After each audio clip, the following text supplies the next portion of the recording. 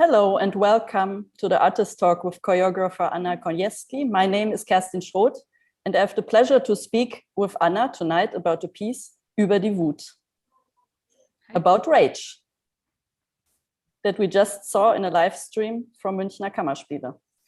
And I wanted to say a big thank you to you, Anna, and especially also to Sarah Hübi and to your whole team for making this possible, to bringing live this performance to us, to our homes still.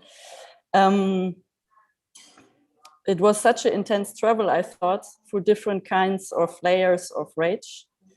And I thought I really watched a very composed piece about such an uncontrollable emotion. Yeah, and I'm super happy to speak with you tonight. And I was so welcome, Anna. Maybe I go to the first question directly. That of course has a bit to do with the live stream, because I know that you hoped until maybe not the last moment, but at least we have been talking several times that you would be able to show the piece live.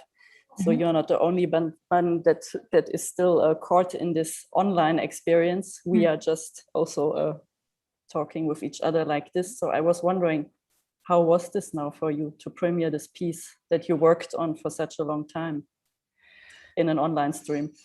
I mean, I must say, first of all, I'm really happy to premiere it anyhow, because like since the start of the pandemic, I had 2 pieces that didn't premiere, but that we worked till 2 weeks before the premiere. So that feels already kind of coming to something like to really push it till the end is already very nice. But then, of course, I mean, we tried to do it to transmit it the best through the cameras, and we could. But of course, it is a piece that is done for a live audience normally. And I think, for example, I would say we could take the end as a good example, where there is the end of a camera. For example, this working the difference from the sound. We have a sound system, and then we have a small box that we use at a few moments, a small mini loudspeaker. And of course, for example, if now we listen that through our speakers, it's the same. It comes always from the same source. So we don't have the spatial experience of what comes, for example, in the end, all these voices, this heterogeneity coming out of this small, tiny box. So, and there would be other examples. Of course, anyway, the perception of a body in 3D is different, and the relation to video and sound. But yeah, so it is just very different. And I'm very excited to as soon as possible, to bring it to a live audience. Yeah, I understand. I mean, maybe I can reveal that I had the chance to see 2 rehearsals in February in Braunschweig. And I remember when I saw the piece or the not finished piece yet, that I was exactly saying afterwards actually that there were so many things. It was such a rich piece and I didn't know where to look. And now, of course, through the live stream, my gaze is quite directed. So you decide for me, where do I look and what kind of visual and also music experience I have. True. I also had this now by being busy with how do we transmit it through the camera, I told a few people I really had this love again for the live moment, and where of course you guide a focus and you guide a dramaturgy, but still there's something I cannot control where everybody looks, or and maybe somebody is just, I don't know, wandering around with your eyes, and I loved it actually. That you propose, but then the experience is different. Yeah, but still I must say I felt very close to the experience now through the live stream. That is nice. What was wonderful to see. But then, I would like to speak about rage actually with you. I was thinking, obviously, I was thinking during the piece that I was wondering, rage, the outburst of rage are still not so accepted in our society, or at least it's not so present in our daily lives. We witness it behind closed doors, maybe in demonstrations. It's something that happens in the internet behind closed, anonymous situations. So I was wondering and curious, to hear from you about the decision, actually. Why did you want to work on Wut, on rage, and really also took this so far to make a study about it? I mean, I always have quite a long way until I come to do a work. So that is not a recent decision. Oh, I'm going to work on anger or rage. I guess it has like, I think it's on one hand, I do think we live in a period of anger, and that is not my words. There are a lot of people writing about that in sociology and philosophy and all, like that. We are in a period of anger or rage. I'm never quite sure with these two words which one I prefer, so I'm just gonna say always both. Okay. And I think that was somehow my first interest in that, not necessarily in the emotion as an individual emotion, but as something that is part of a society, of a momentum, of like of a structure, of a system, and by thinking of that, so that brings directly the question of how does it get produced? How do we deal with it? How do we learn to deal with it? How do we learn to express it? What is accepted and what is accepted for who? So I think that what brought also very quickly the question of, for me, of a female perspective, for example, or really to look, I really find it really interesting to look into what are our references of angry women. And then I think there is one part that then I was very interested in this potentiality for me, that thinking of anger or rage as a tool, that is something that maybe every good revolution starts with anger, with something that anger is actually can be a tool to point out where things are not right or go wrong or are unjust, or where people don't have a voice or are oppressed, so that is, this anger is a tool, and then how to give that a voice. So it was a start. And then of course, I mean, when I started then to think of what would that mean choreographically, I also just I think it's an incredible emotion that has such a physicality, and I certain kind of. I find it very funny, and I love it, and it's can be very physical. So that of course also got me like really, I want to work on that. Yeah, this is already a little bit you go already in my second question, and it's true. I mean, the comic, the comic aspect is very strong in the performance, especially in the beginning, I think.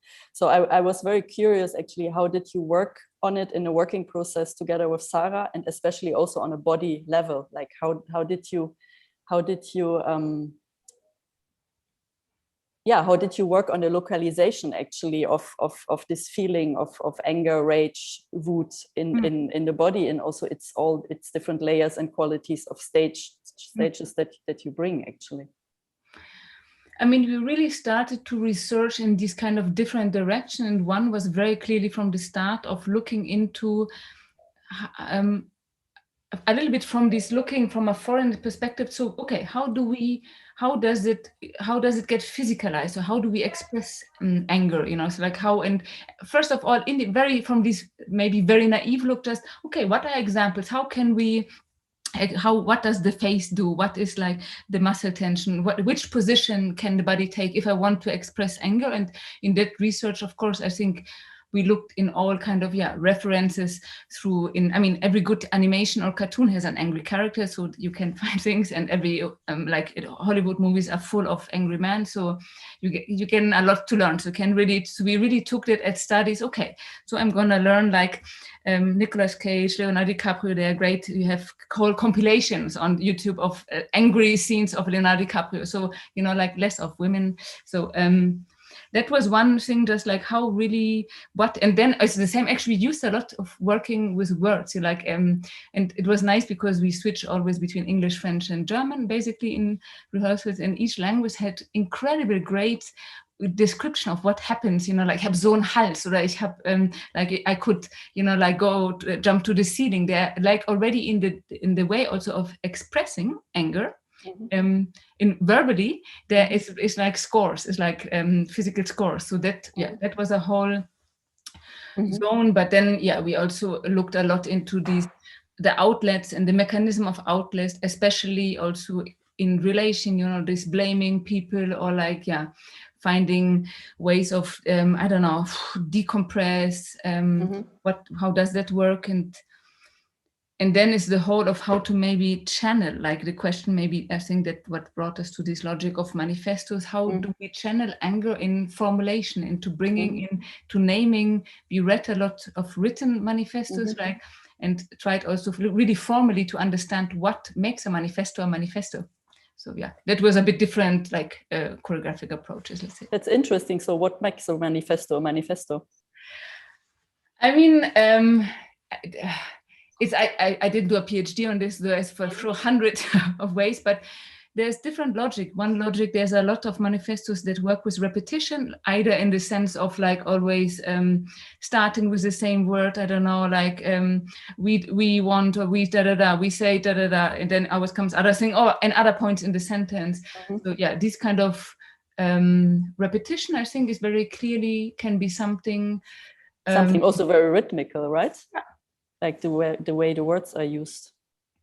I mean, it also depends what we call a manifesto. You know, is it really something that calls itself out a manifesto, or I mean, there are songs that there's songs of Nina Simone or Kate Tempest I would call manifestos. You know, like, but they are not written. This is a manifesto. So no, yeah, but they operate with the same logic somehow. Yeah, I agree. Would you like to say something more about the female examples that you have found? I mean, you mentioned you have found tons of male examples in especially Hollywood movies. So apart from, of course, all the women and also queer bodies you name in the end, how was this with the representation? You know, way much more about the representation. Yeah, in Hollywood movies, in pop culture. I mean, you mentioned also in a comic, like the angry person is mostly also a guy. Yeah, it may. I mean, I went through whole phases with that research. There was a moment that made me also really sad, you know, like, because that showed so much that what do we learn? Who is allowed to be angry? Where is it seen as a sign of strength, maybe, or I don't know. And that I think I read a lot of text also of women talking about is that is a whole process to come to be saying I'm angry and not saying, oh, I'm sad or something, you know, like even if there's, you know, like in any independent in which domain, you know, like, so yeah, in moment that made me sad. And in other moments, actually by going, I think also that brought us to all these texts, like by going through like history and realizing or finding like there are incredible references like of angry women that did such great work and still do great work. And so there was also for me these calling them back and calling them in, you know, like these what anger does also, it can connect and it can bring people together. So bringing also us in that research and in the choreography together, like how can we dance together with Laurie Penny and I don't know who, you know, like Audre Lorde and Bell Hooks, and I don't know. So but because this I thought was really for me a quite interesting choice to decide for a set that is entirely white, so that somehow like functions as a projection screen from the beginning, then to take the decision to have like a female performer on stage alone, dealing with the subject, and then to call all this kind of voices from the outside on so many different levels, like quotes and references in music, in literature, in pop culture, in politics, in resistance, and so on. I was wondering, like, if you want to speak a bit more about that, actually, this choice to not do the obvious and have like 20 people on stage, you know? Yeah, it was kind of clear from the beginning. I somehow had the feeling that by choosing just one body or one performer, that I will not fall in the trap of having stories among these bodies, among these people, or not having, you know, like, because I think also of our training, we very quickly see anger or rage as narrative between a situation. You know, we could now be angry as each other, you know, like, but for example, this looking at anger as a more structural situation, a more socio-political situation, the feeling that I did find it more interesting to, for that reason, just choose one body and execute or like use that body to understand that situation and use that body as a tool of analysis and research. Like there's some in this one body we can find all the other bodies. I think I fully agree. Yes, I mean it's almost like it's not a history lesson, but it's a travel through history. I find at a certain kind of level. Hopefully, sorry. And into the future, hopefully. Yes, hopefully. I mean, absolutely, hopefully. Yes, this would be amazing. Would you like to say something about the set and the music? I mean, I was very lucky to work with really, really beautiful and lovely artists together. So the music is by Brendan Doherty, and we collaborated already a few times, and it's each time a pleasure to work with him. And I think we worked a lot on this, trying to, or I have the feeling what I enjoy, there's moments the music teams up with Sarah, and supports it, and you can feel a certain motor or dynamic. Then there is moments it actually maybe takes the other side, also like maybe in the middle part, or moments it drops out. Also bringing all these voices in. And yeah, I think same for the video work. Also, again, a really beautiful collaboration with Sue Steinmuzzle. Of thinking what can through images, either what can amplify certain things, what can like over, I think there was I think why we worked also with filmed images of Sarah, or these close-ups from head, because there is something of in anger, I think there is something, it creates a kind of a tunnel, it gets a feeling you can really get, it's like it gets narrow, Yes. it gets and things, I think we all know this, like I have a feeling very often in the evening by lying in bed and you have a situation that makes you angry, and then that can grow like immensely, like it becomes crazily. like, yes. So that was kind of a very, I think, I don't know if this is stupid translation. And then on the other hand, of course, working with, I think through images, there's also a whole work we can bring in through the context, or these, like the what might lie behind. We tried, for example, to search, okay, what very often the anger is not necessarily, it is also in reaction, like if I take a logic, for example, if I have actually no space, if I'm not heard, I'm not seen, I'm not there, so of course that grows anger. So like a certain inequality, a certain like injustice creates for sure anger. That is like I find quite logic. So yes. So this a bit weird. Yeah, this was that the question? Yeah, it was my answer. Yes, I mean, yes, the question was about the set and the video and the music and how you work together, because indeed it really functions on so many different levels as different voices and different components to everything that we see on stage, and that connects back to the performer, and then also the science and the way how you use the words. I mean, this has something really like triggers somehow, as if they trigger the anger in also a very comic way, and sometimes in a quite violent way, I also thought. I mean, I saw myself also getting quite nervous. I don't know. Yeah, I mean, yeah, or going through different kind of emotions together with during the piece. I had a friend and colleague that came to watch one of the last runs before we finished, and she said like that makes us want to be angry, or the enjoyment of anger. And I thought that is that made me very happy when she said that. Greetings to Anna Dondera. Yes, that is. I think there's also something. It's sometimes wrongly, negatively connotated. I think there is something. Also, somehow it sounds stupid, but beautiful to be angry. Like it's just a question, of course, how it's not linked. Very quickly think of anger is violence. That is not. I agree. I don't need to punch somebody when I'm angry. Like that is. No.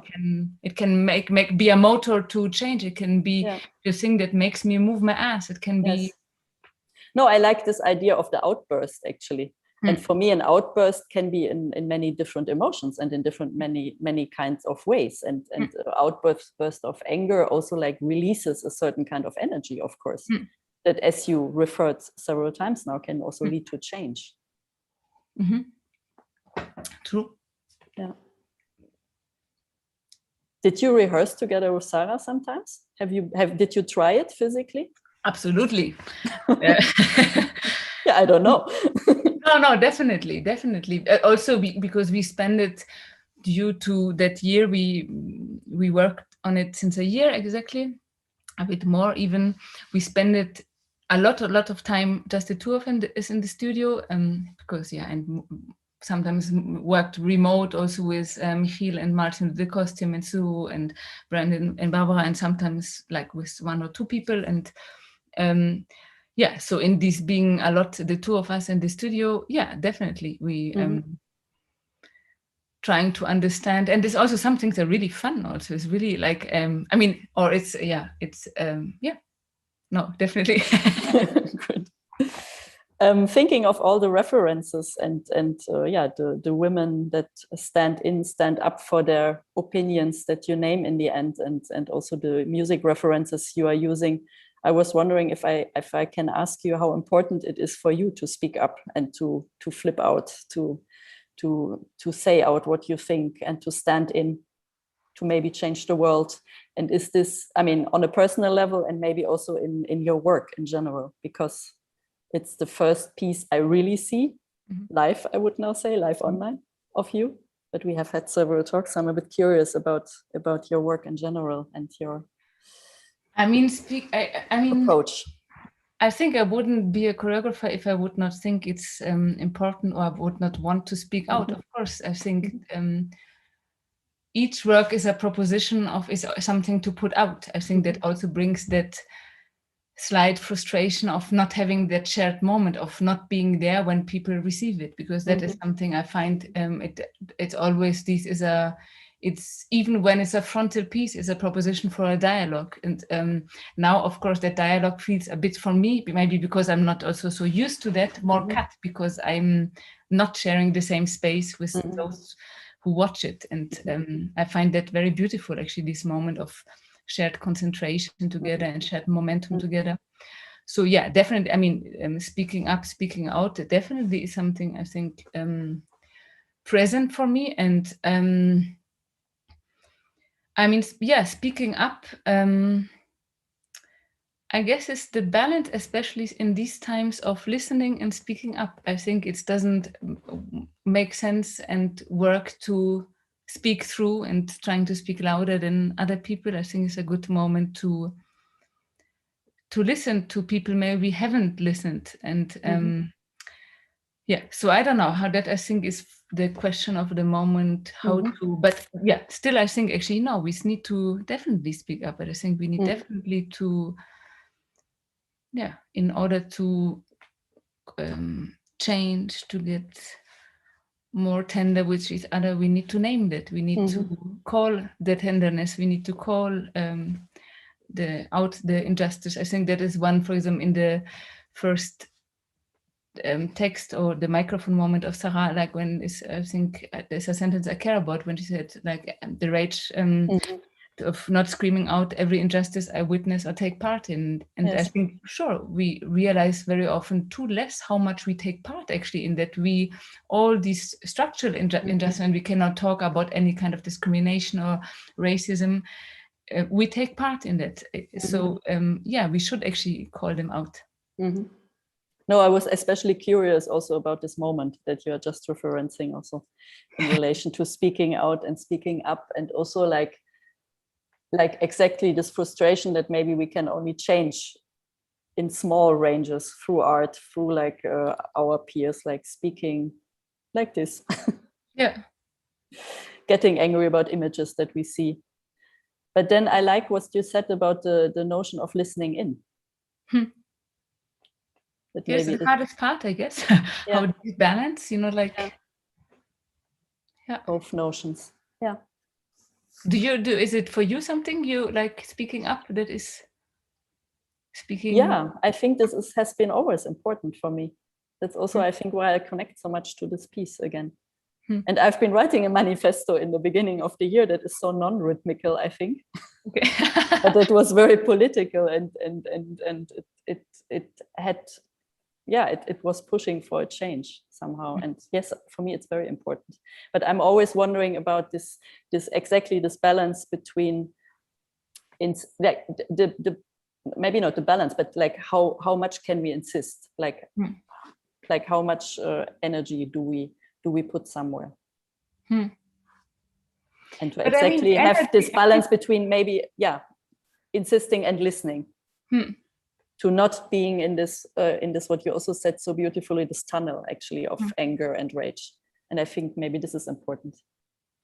But I find interesting that you talk about the energy, but because I think that is something I also did find very interesting in being busy with anger as a physical research, that maybe it links to the question of resonance. That of course is something. It's something very energetic, and there's a lot of tension. There's but depending, of course, how you send it out, and I think that refers to the question of how do we speak out, that creates there so much back, like, because if you feel it triggers something and it can, that can, then we are back with the start of the revolution, let's say. Yes, exactly. So in that sense, yes, I find it very important. Yeah, especially to feel this energy, or like the what comes back. But then when looking at, for example, if we go back to like energy and comics, and then like the rage happens here, right? So on an energy level, actually the rage is cut, or anger is cut from the rest of the body. I'm not sure. I think there's a very interesting link in the body in anger from this growing. I think also you have a lot of like it's boiling up, or it's like, so it starts, I don't know, from the guts, from the knees, from the floor, I don't know. And then I think especially if you don't find a way to maybe get it out or act earlier, but if you let it build up, then there's a moment it goes here, I don't know. And I find this also beautiful sometimes to see when people are angry, like everyday people, like of a certain clumsiness of not, there is somehow too much energy that is, and not knowing how to channel it. Yeah, it's like in the field. I think that what brought us also to work with actually sound, that there is something and like it gets stuck and gets out kind of weirdly and distorted, like so. Yeah. It's the fun part also. Yes, of course. I think our time is up, Anna. Already. It was very lovely to talk to you. Yeah, with you and to listen, and to see you in the end.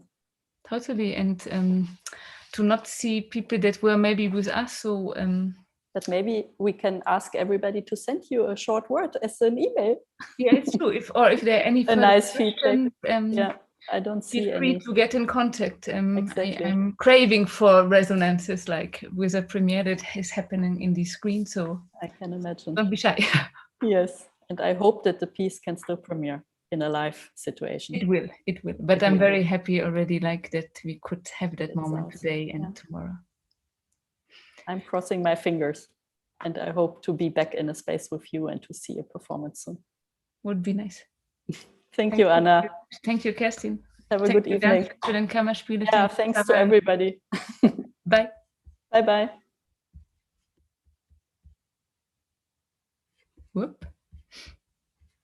Ups. Jetzt sind wir wieder weg, oder? Jetzt sind wir wieder weg. I don't know. War okay?